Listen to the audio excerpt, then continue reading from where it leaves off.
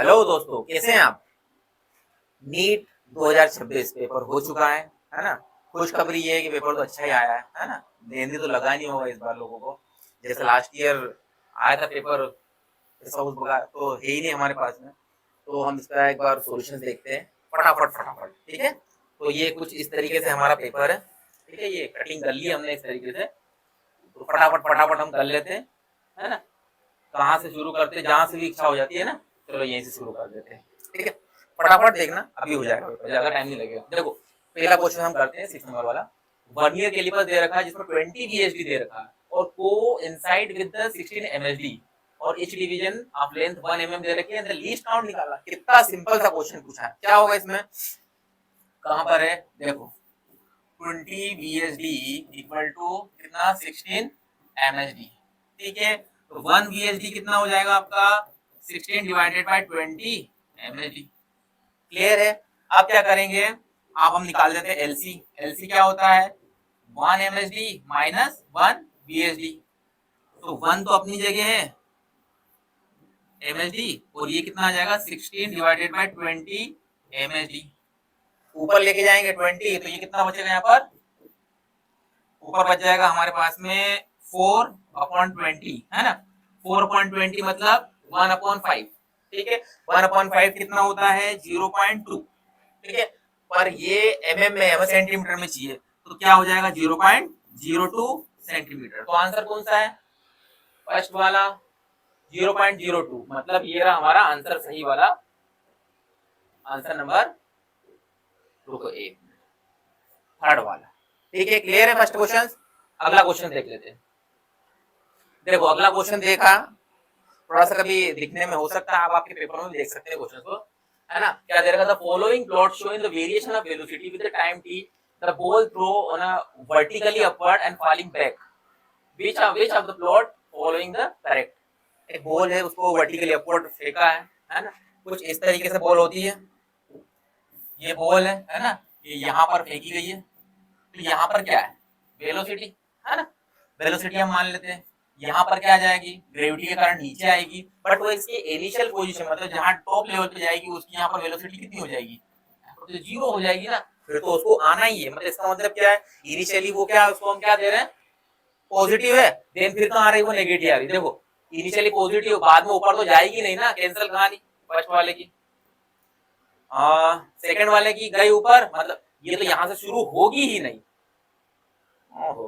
ई भी दे रखा है ना, यहाँ से भी शुरू नहीं होगा भैया, पॉजिटिव शुरू होगा, ये भी नहीं होगा। Answer number C is correct, ठीक है। क्लियर है दो क्वेश्चन। अगला क्वेश्चन देखते हैं। चलो क्या दे रखा, the speed of light in a vacuum is taken as unity. Unity का मतलब क्या होता है 1 हो जाता है, ठीक है।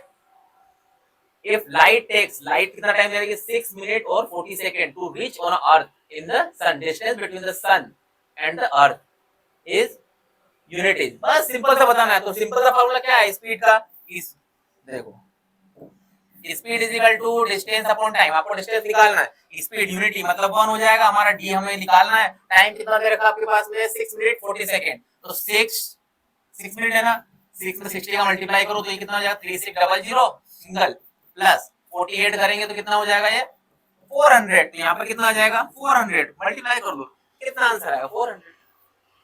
इजी है ना, इजी क्वेश्चन, ठीक है, डाउट नहीं है इसमें।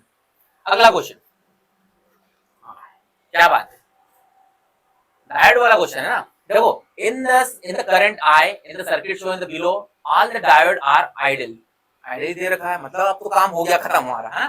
देखो फॉरवर्ड बायस में तो जाएगा जाएगा, रिवर्स बायस में क्या हो जाएगा भैया hold down hold down hold down.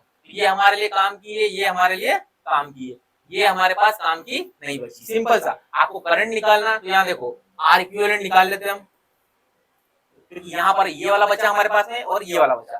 तो आर इक्विवेलेंट कितना हो जाएगा हमारे पास में 4 into 2 डिवाइडेड बाय 6 कितना हो जाएगा 8/6, मतलब नीचे 3 ऊपर 4, तो मतलब 4/3 है ना ओम हमारे पास बच जाएगा सीधा सीधा।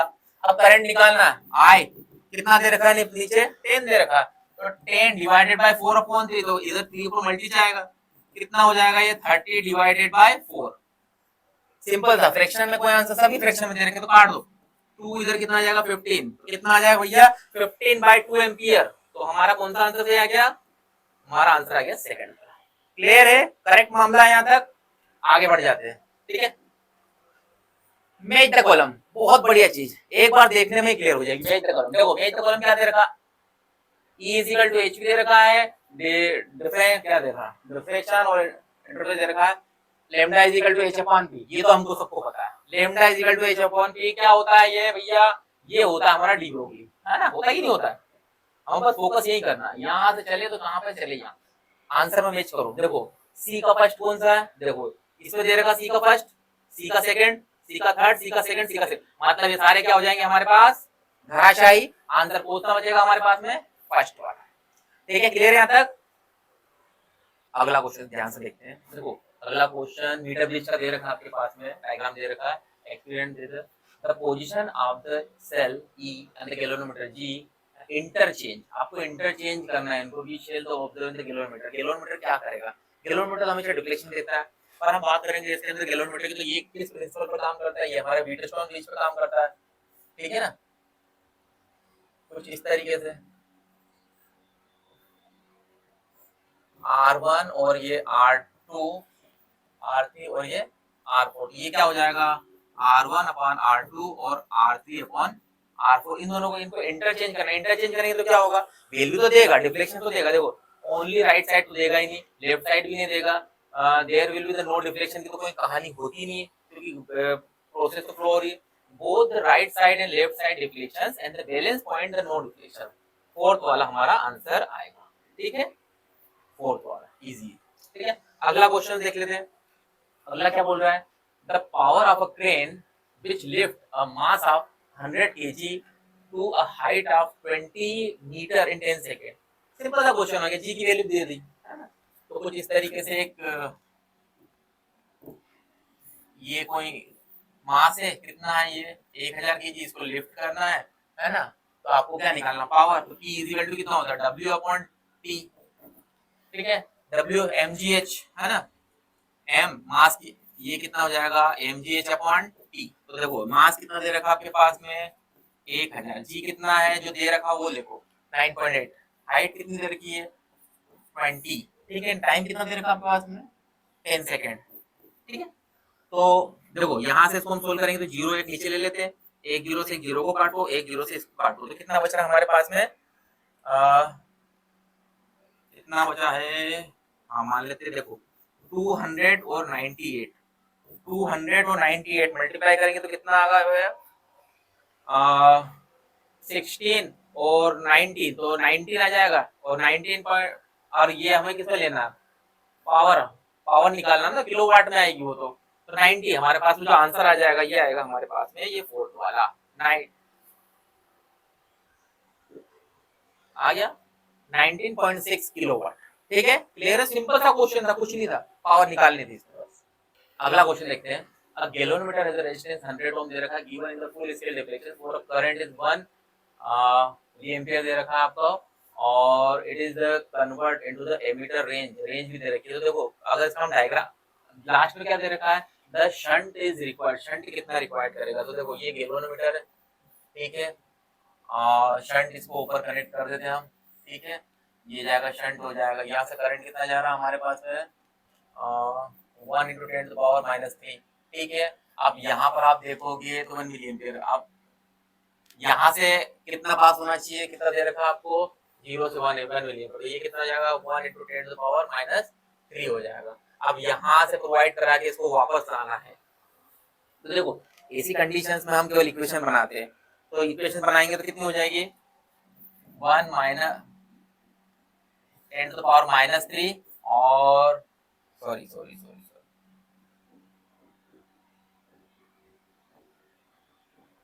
1 × 10⁻³ इंटू शंट हम ले लेते हैं, और ये 1 × 10⁻³ हो जाएगी। ठीक है, शंट को यही रखेंगे, दोनों को अपन में डाउन में करेंगे। ठीक है, अगर कैलकुलेशन से बचना है तो दोनों की वैल्यू आप देखो तो 0 पॉइंट में आएगी, ऊपर चले जाएगा 100, एक तो 100 भी दे रखा ना हमारे पास में, ये रखा रेजिस्टेंस हमारे पास 100 दे रखा, तो यहाँ पर हमारा 100 आ जाएगा। ठीक है, तो 100 अपॉन में आ जाएगा, तो 1 अपॉन में हो जाएगा, तो कितना हो जाएगा ये 0.01। ठीक है, ज्यादा कैलकुलेशन को डीपली नहीं ले जाएंगे अभी हम, ठीक है। तो आंसर कितना आ जाएगा हमारे पास में 0.01, 100 डिवाइडेड बाय आ जाएगा, ठीक है। ओके, अगला क्वेश्चन ध्यान से देखते हैं।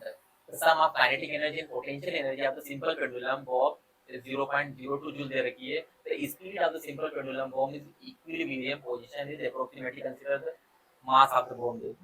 देखो काइनेटिक एनर्जी पोटेंशियल एनर्जी तो हमारे पास पोटेंशियल तो हटी आएगी वहां से, तो कितनी बचेगी हमारे पास 1/2 mv², किसके बराबर हो जाएगी 0.02 जूल के बराबर हो जाएगी। और हाँ 1/2 एज इट इज मास कितना दे रखा आपके पास में, हाँ ये दे रखा है ना आपको 20 ग्राम, तो 20 इंटू 10⁻³ कर लो, चेंज कर लो यहीं पर, और मल्टीप्लाई का v का स्क्वायर और 0.02। अब इसको कैलकुलेट करोगे आप उधर ले जाके तो सीधी बात है आंसर आपके पास में ये आएगा फर्स्ट वाला, ठीक है। कैलकुलेट कर लेना, है ना, टाइम ज्यादा हो जाएगा फिर, ठीक है। तो अगला question, for the travelling harmonic wave दे रखा है y = x2 और इक्वेशन दे दी उन्होंने, and where x and y is the centimeter देगा, the phase difference between the oscillatory motion the 2 points separated by the distance by 0.5। अब देखो यहाँ पर दो तीन चीजें हो गई, सेपरेटेड डिस्टेंस दे रखी है और आपको निकालना है ऑसिलेटरी मोशन निकालना है, तो फार्मूला हमारे पास क्या हो जाता है, फेज डिफरेंस पाई का क्या होता है 2 पाई बाय लैम्डा, है ना। और मल्टीप्लाई में हम चाहेंगे, मल्टीप्लाई में कितनी दे रखी है हमारे पास में, डिस्टेंस कितनी दे रखी है, मल्टीप्लाई कितना हो जाएगा 0.5, 2 पाई लैम्डा हम क्या लेते हैं के ले लेते हैं 0.5, के की वैल्यू आप इक्वेशन से देखो ध्यान से क्या दे रखी है ये वाली, और मल्टीप्लाई में 2 पाई भी आएगा, कितना हो जाएगा ये 0.0080 इंटू, फिर इसको चेंज करेंगे है ना 10⁻⁻2 और ये 2 पाई इंटू 0.5, ठीक है। 0.5 में से एक वैल्यू निकालेंगे तो ये 2 कट जाएगा, इसका 10 आ जाएगा ना, और हाँ ये तो कट गया हमारे पास में। अब क्या बच रहा है आपके पास में 0.10 है ना, ये कितना हो जाएगा 0.008 इंटू 10⁻⁻2 और 5 बच जाएगा यहाँ पर आपके पास। अब आपको आंसर चाहिए रेडियन में चाहिए, देखो रेडियन में दे रखा है सब जगह ये रेडियन रेडियन रेडियन, तो रेडियन में चेंज करेंगे तो कितना हो जाएगा 0.8 इंटू 10⁻, क्या आएगा पाई आ जाएगा, पाई रेडियन, आपका फोर्थ वाला आंसर, ठीक है। अगला क्वेश्चन देखते हैं, तो क्या कीजिए तो फॉलोइंग स्टेटमेंट आर करेक्ट, आपको 4-5 लाइन दी थी करेक्ट हिसाब से। Inside a conductor the electrostatic field is 0, yes सही बात है। The electric field and the surface charge conductor does not depend on the surface of, तो गलत है यार, है ना, ये तो होता ही नहीं ना, सरफेस पे कहां होता है। और the interior charge of the conductor can have the no excess charge static situation, सही है, स्टैटिक सिचुएशन पे कहां होता है।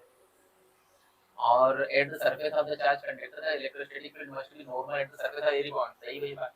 और ये द इलेक्ट्रोस्टैटिक पोटेंशियल इज 0 है, ये तो गलत होता है।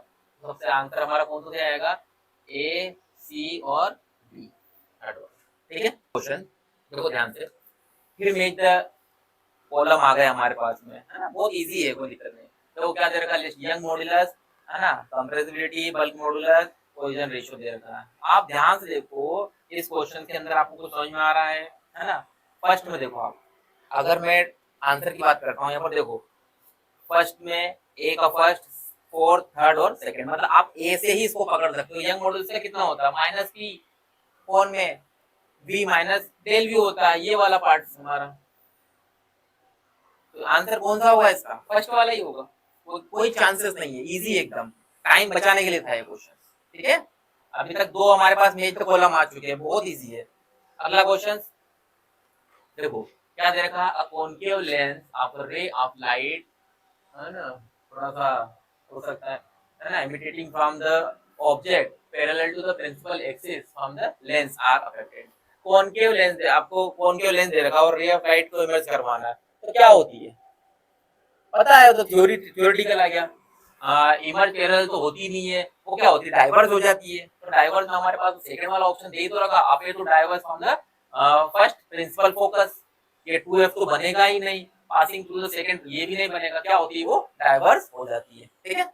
अगला क्वेश्चन देखते हैं, देखो क्वेश्चन क्या दे रखा आपके यहाँ पर, the figure given the below show in the long straight क्या दे रखा है, solid wire and circular cross section area, radius दे रखा, carrying steady current I. The current I is uniformly distributed across the cross section area. The plot which correctly represent the variations of magnetic field B in the form of Excel. देखो circle के अंदर हमारे पास में यहाँ पर हमसे question पूछा है, ठीक है. अब यहाँ पर होगा क्या, मैग्नेटिक फील्ड अप्लाई करते हैं जहाँ पर हम क्या होता है, जहाँ पर करंट डेंसिटी की बात करते हैं वहां तो करंट में डाउन हो जाता है, ठीक है. बट करंट स्टार्टिंग में क्या होता है, करंट स्टार्टिंग में वेरी करता है, देन फिर डाउन होता है. देखो करंट वेरी कहाँ कर रहा है, यहाँ तो कर ही नहीं रहा हमारे पास में.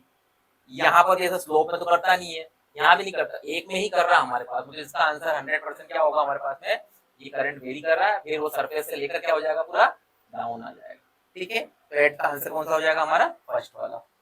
इसके बाद वाला क्वेश्चन हम देखते हैं. अच्छा क्वेश्चन दिख रहा है, ठीक है.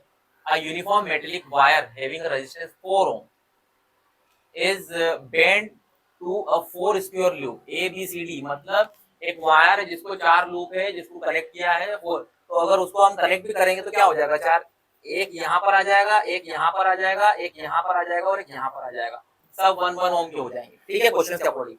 देन क्या बोल रहा है, resistance 2 ohm is connected between the point, मतलब ये हो गया. और बैटरी दे रखी 2 volt is connected across the A और सी. फिगर शो है. Now the value of current. अगर आपने इसे डायरेक्ट सोल्व करा होगा तो गलत होगा, ठीक है. अब ये आप देखो, ये भी 1 है, ये भी 1 है, ये भी 1 है, तो व्हीटस्टोन ब्रिज बन गया ना. तो व्हीटस्टोन बन गया तो इसका मतलब ही खत्म हो गया. तो रेजिस्टेंस कितना हो जाएगा आपका रेजिस्टेंस कितना हो जाएगा, इक्विवेलेंट कितना हो जाएगा, 1 ओम हो जाएगा. सिंपल सा, खत्म हो गया यहाँ पर. और क्या दे रहा, करंट निकालना, करंट का फॉर्मूला क्या होता है, ये 2/1, तो कितना हो जाएगा, ये 2 एम्पियर. तो आंसर कौन सा हो जाएगा हमारे पास, फर्स्ट वाला. ध्यान रखना भैया कैसे किया है ना, तो चेक कर लेना एक बार. ये तो व्हीटस्टोन ब्रिज बन गया हमारे लिए, ठीक है. अगला क्वेश्चन ध्यान से देखते हैं. देखो क्या दे रखा है, क्वेश्चन थोड़ा कंसेप्ट वाइज है बट एकदम सिंपल है. In interference and diffraction in the light energy is redistributed if it reduced in one region producing the dark fringe and the increasing to another region producing the bright fringe, ठीक है. as there is a no gain or no loss of energy, there is the phenomena considered with the principle of conservation of energy. हाँ सही बात बोल रहा हूँ. Second क्या बोल रहा है, diffraction and interference are the characteristics exhibited only on the light wave. only on the light wave कहाँ से आ जाता है, only light wave में कहाँ होगा. Choose the correct answer. मतलब फर्स्ट वाला हमारे पास सही है, सेकंड वाला हमारे पास करेक्ट नहीं हो सकता. A is true but to be, मतलब फर्स्ट वाला आंसर हमारा, ठीक है. क्लियर है, बाकी देखने की जरूरत ही नहीं आपको. चलो अब क्या दे रखा है आपको, अ box of mass 5 kg 15 kg दे रखा है, is kept on the floor.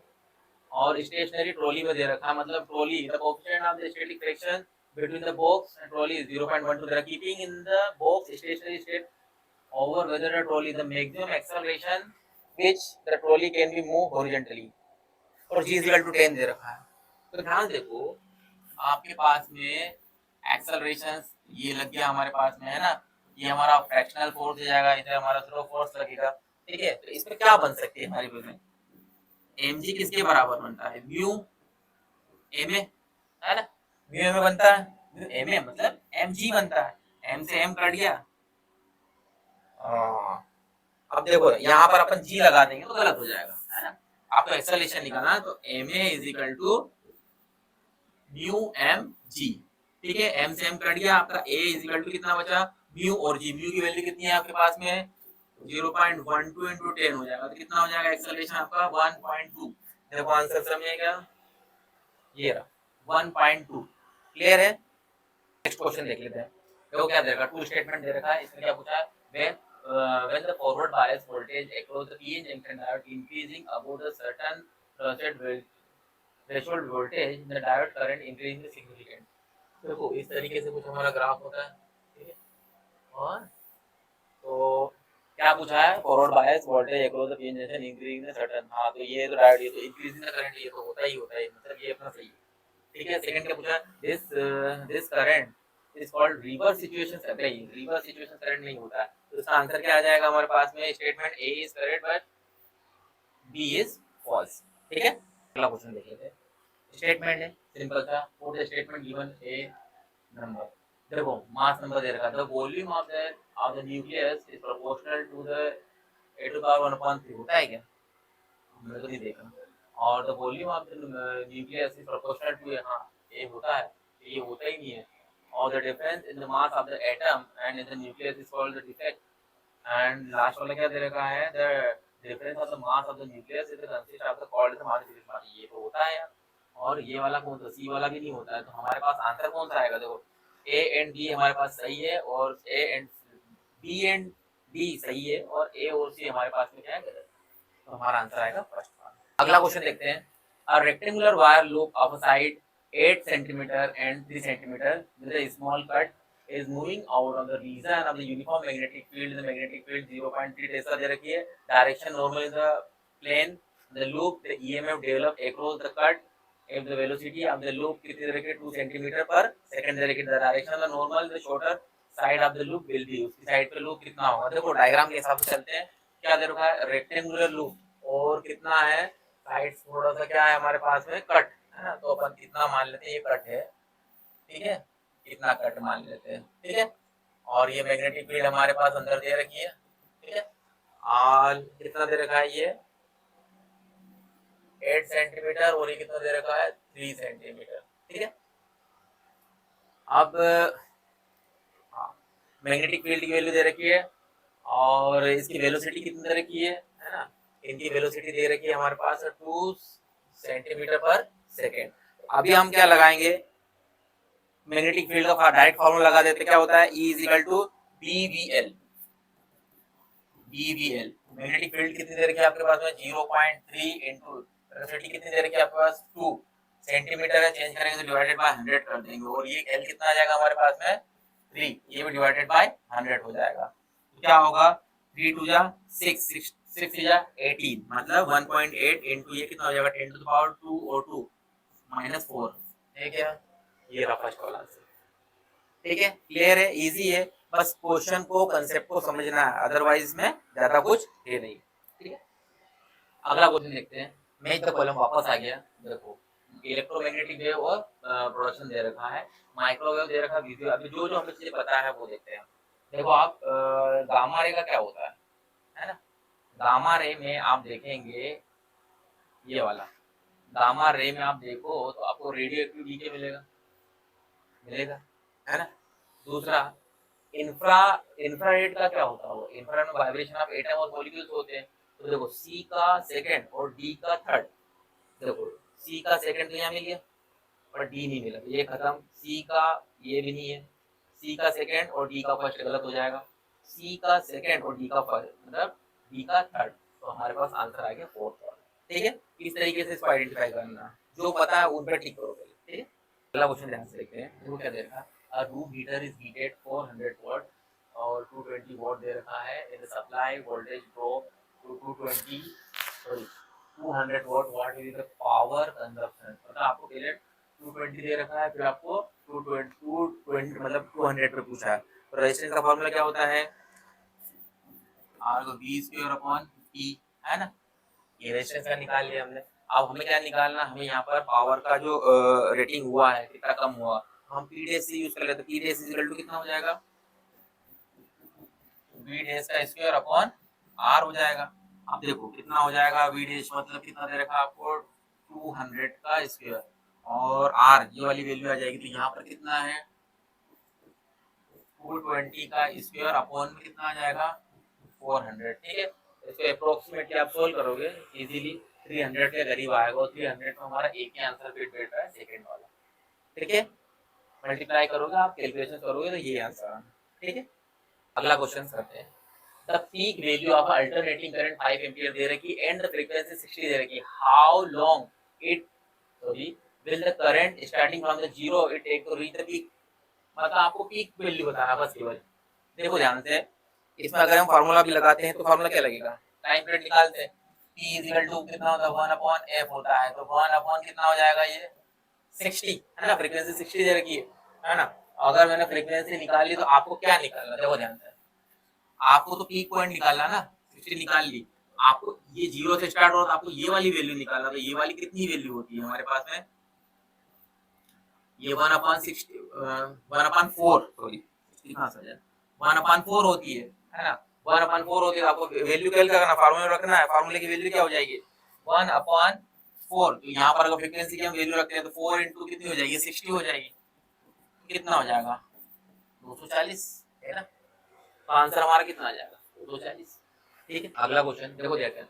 In the circuit show in the below the voltage appearing across the diode D will be the from. ध्यान से देखो, आपको फॉरवर्ड बायस रेक्टिफायर वाला question है।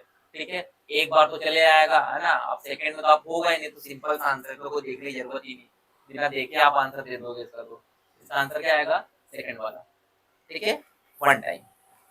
अगला question है ना, ध्यान से देखते हैं। A thin wire of length L in a linear mass density, linear mass density lambda, lambda is equal to कितना होता है, lambda is equal to m/l है ना, याद रखना lambda is equal to m/l।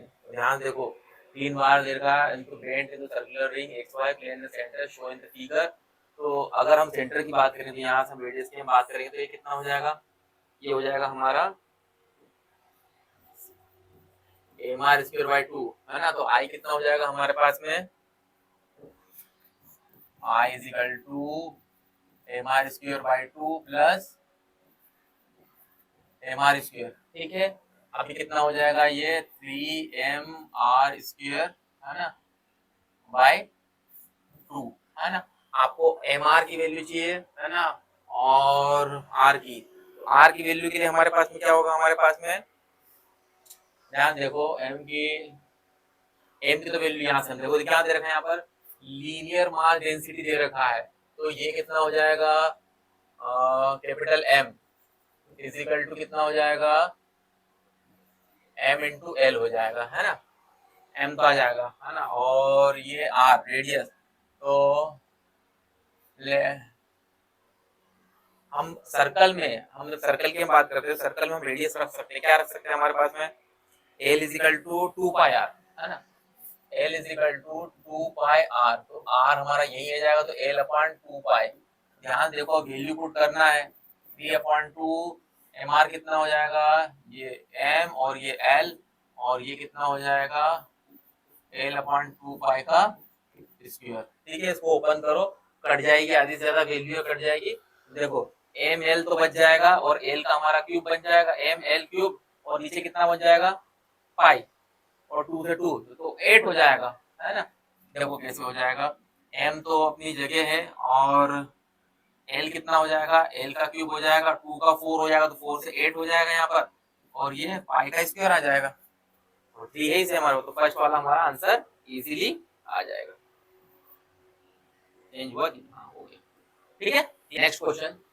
Savita 11th standard student while the conducting the experiment to determine the effective length of the simple pendulum, pendulum का कोई experiment कर रहे होगे, note down the data of the time taken to the complete 30 oscillation in 60 second है ना, hence the calculation the length of the simple pendulum is. Simple सा है, देखो अगर मुझे टाइम कैलकुलेट करना है, इज इक्वल टू कितना हो जाएगा ऑसिलेशंस के साथ 30 मतलब 2 हो जाएगा। ठीक है, टी हमारा टी इज इक्वल टू कितना होता है 2 पाई रूट में L/G। ठीक है, L/G, अगर L/G तो अपनी जगह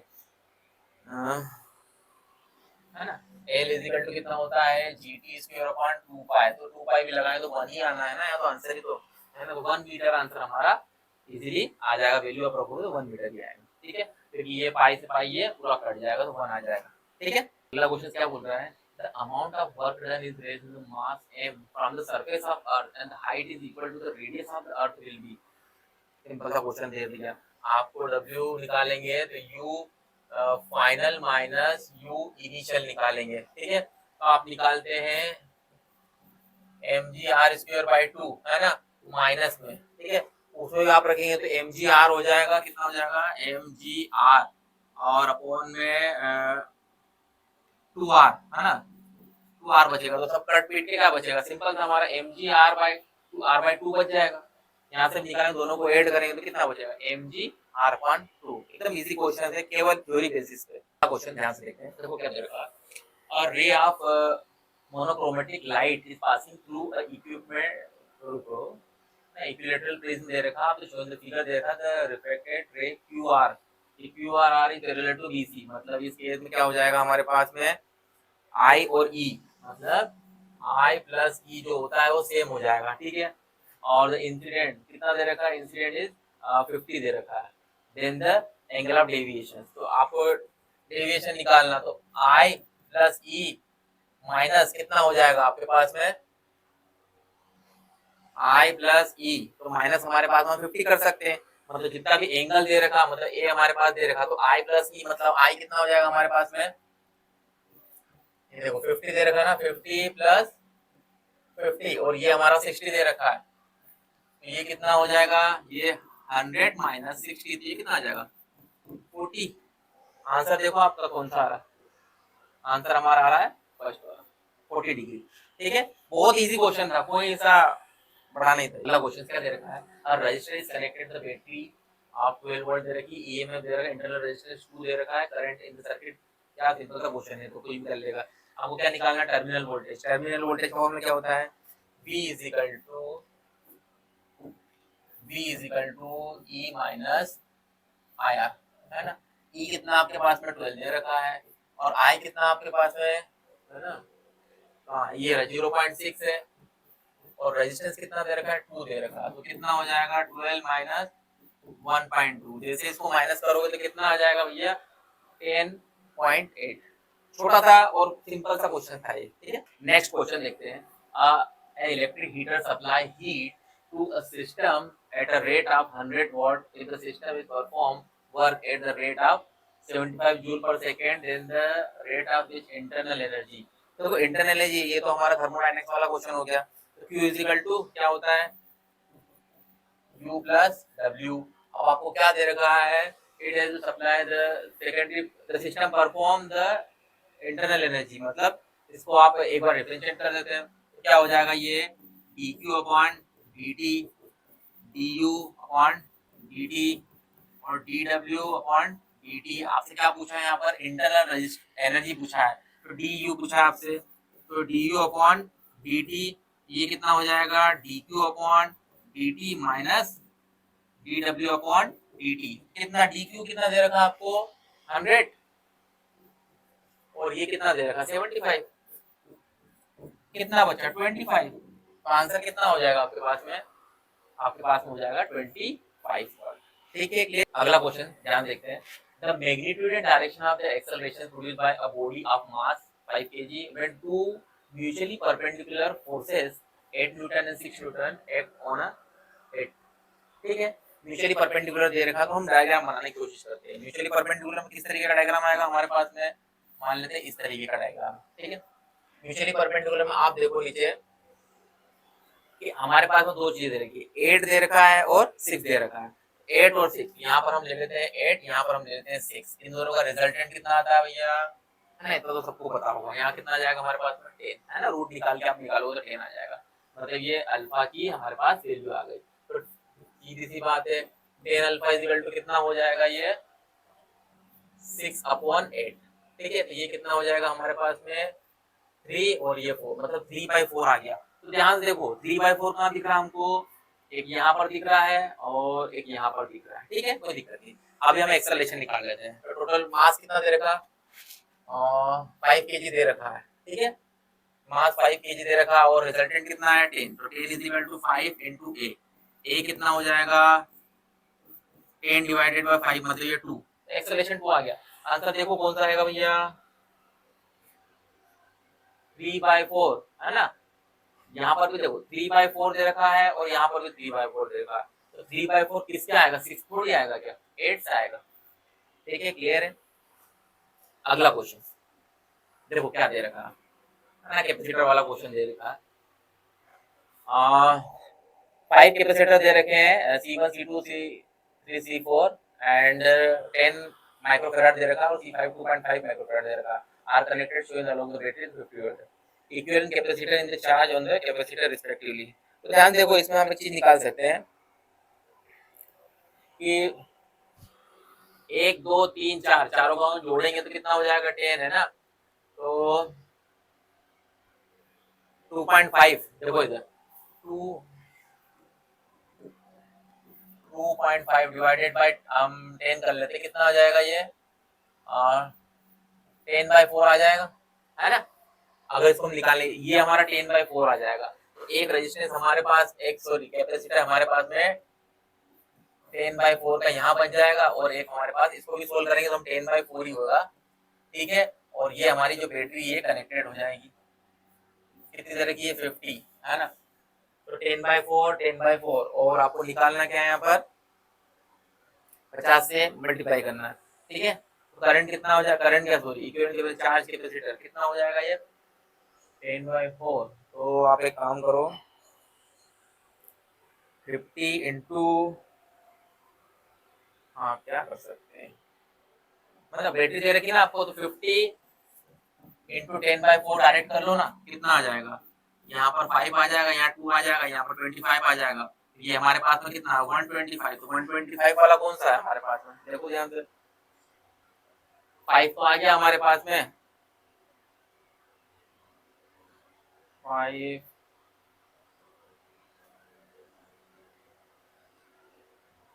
इसका आंसर आ जाएगा हमारे पास में, मतलब 5 तो रहेगा रहेगा, ये हमारा आंसर आ जाएगा फर्स्ट वाला, ठीक है। बहुत ही सिंपल क्वेश्चन है, केवल समझना है इसको, देखो ध्यान से करेगा। When a roller fall vertically, ठीक है, 5 different person catch with the different reaction time, तो 5 पर्सन को कैच कर रहे डिफरेंट डिफरेंट टाइम, पर्सन ए रीच कर रहा है 0.2 सेकंड में, फिर 22 18 90 दे रखा है। What is the correct order of the distance travel by the ruler by the each person, मतलब फेल डाउन है ना, उस किसी किसी 5 पर्सन अलग अलग प्रकार से पकड़ा है, तो सबसे ज्यादा टाइम कहाँ लगा होगा, सबसे पहले क्या होगा, देखो सबसे पहले हमारे पास जो ज्यादा टाइम हमारे पास में आ रहा है, सबसे पहले देखो कहाँ आ रहा है, सबसे पहले यहाँ पर आ रहा है, कहाँ पर, सबसे पहले यहाँ पर आ रहा है, फिर ये मान लिया हम फर्स्ट पे आ रहा है ना, उसके बाद में सेकंड पे हमारे पास में ये आ रहा, थर्ड पे ये आ रहा, नहीं नहीं, थर्ड पे ये वाला आ रहा, ये थर्ड, ये फोर्थ, ये फिफ्थ, देखो कैसा ऑर्डर बन गया है। सबसे पहले हम देखेंगे किसको, फर्स्ट बी वाला सबसे आगे, इसमें भी है इसमें भी है, बी के बाद में ई, हाँ दोनों में सेम आ रहा है, ई के बाद में ए भी सबको सेम आ रहा है, फिर क्या आ रहा है, ई के बाद में सी आ रहा है, इधर डी आ रहा है, देखो सी का तो कम टाइम है ना, डी का ज्यादा टाइम है, डी का ज्यादा टाइम है ना, तो हमारा आंसर कौन सा हो जाएगा, फोर्थ वाला, ठीक है, क्लियर है। नेक्स्ट क्वेश्चन देख लेते हैं। For the simple pendulum having time period T दे रखा है, वेरिएशन का kinetic energy with the time T respectively, kinetic energy का दे रखा, सिंपल सा। अब इसमें क्या होगा, आप काइनेटिक एनर्जी में देखोगे तो क्या मिलता है आपको, पॉजिटिव फॉर्म में मिलता है, तो देखो आप तो मिलेगा ही नहीं, ये भी नहीं मिल पाएगा, ये भी नहीं मिल पाएगा आपको, देखो डायरेक्ट अप में चलते हैं, वो डाउन में जाते ही नहीं है, तो हमारा थर्ड वाला आंसर इसका एकदम सही है। अगला क्वेश्चन ध्यान से, each side of the metallic cube of mass 5.580 kg measured to be the 9 centimeter keeping in the significant figure, significant figure आ गया, इसका मतलब easy हो गया। The density of the material of the cube with the best expression of the x is equal to 10 to the power 3 kg per meter cube, और where the value of x, आपको x की value बताना, बस कुछ नहीं। देखो significant figure आ गया ना, तो आपको डेंसिटी निकालना, तो डेंसिटी का फॉर्मूला क्या होता है, मास अपॉन वॉल्यूम। मास कितना दे रखा आपके पास में 5.580 डिवाइडेड बाय कितना हो जाएगा हमारे पास में 9 into centimetre 10 to the power -3, है ना, का क्यूब, ठीक है, इतना ही कुछ हो जाएगा। अब यहाँ देखो आप इसको अगर सोल्व भी करोगे, ठीक है, तो आप एक ही वैल्यू मिल रही है आपको, कितनी आ रही है 7.65 7.65 7.7 7.6, मतलब 7.6 के करीब आ रही है ना, क्योंकि हमें तो 10 टू द पावर 3 तो हमारा हट ही गया, यहाँ पर multiply by 10 to the power 3 को तो हटा दो, मतलब कैलकुलेशन करने की जरूरत नहीं है, तो हम ये वैल्यू लिख देते हैं, तो ऐसे लिख देते हैं अपन 7.654, ठीक है, लिख दी मैंने, ठीक है, लिख दी। अब आंसर निकालना मुझे कैसे आएगा, अब देखो ध्यान से, तो 6, आप यहाँ पर आप देखो 9.0 सिग्निफिकेंट फिगर में दो तो आ गए मेरे पास, दो तो फिक्स हो गए, ठीक है, मतलब दो ही वैल्यू लेना। तो यहाँ देखो, यहाँ पर 5 के बाद में कितना आ रहा है, 4 आ रहा है, 4 आ रहा है, मतलब क्या होगा, 4 आ रहा है, मतलब यहाँ से एक वैल्यू इधर आगे रेंज में आएगी, ये कितना हो जाएगा हमारे पास 65, मतलब हमारे पास आंसर कितना आ जाएगा 7.7 आएगा ना, इसको बचेगा ही नहीं, तो हमारा आंसर सिग्निफिकेंट फिगर के कारण क्या आएगा हमारे पास में 7.7। अगला क्वेश्चन क्या है, देखो ध्यान, consider the two uncharged capacitor is equal to the capacitance 200 picofarad दे रखा, one of the charge by 100 volt दे रखा, supply and disconnected, this is the, वही कहानी आ गई, एक कैपेसिटर है, कोई चार्ज कैपेसिटर है, एक अनचार्ज कैपेसिटर, दोनों को पास मिलाओ क्या होगा, तो ध्यान से देखो हम इसमें क्या निकाल सकते हैं, amount of electrostatic heat loss निकालना। तो V हमारा V इज इक्वल टू कितना आ जाएगा, C1 V1 plus C2 V2 upon में C1 प्लस C2। तो यहाँ पर देखो ध्यान से कितना दे रखा है, 200 इंटू 100 डिवाइडेड बाय 200। तो ये 00, ये कितना आ जाएगा 50। मतलब हमारी फाइनली कितना आ जाएगा, mv स्क्वायर में हमारे पास 50 आ जाएगा। ठीक है, अब हमें क्या निकालना है, हीट लॉस। हीट लॉस के लिए हमारे पास बेसिकली कंडीशंस क्या होती है, एनर्जी हमारी जो फाइनल होती है ना हीट लॉस के लिए, यू इनिशियल माइनस यू हमारा फाइनल भी निकालोगे तो कितना आएगा, इनिशियल में कितना है 1/2 200 और 100 का स्क्वायर माइनस 1/2 200 और यहाँ पर 50 आया है, दो कैपेसिटर है, 2 इंटू 50 का स्क्वायर। ठीक है, बस कहानी यही खत्म हो गई। अब इसको आप सोल्व करोगे तो केवल और केवल आपका आंसर आएगा 5.6 0.5 और मल्टीप्लाई 10 टू द पावर -6। ठीक है, टोटल कैलकुलेशन। ठीक है।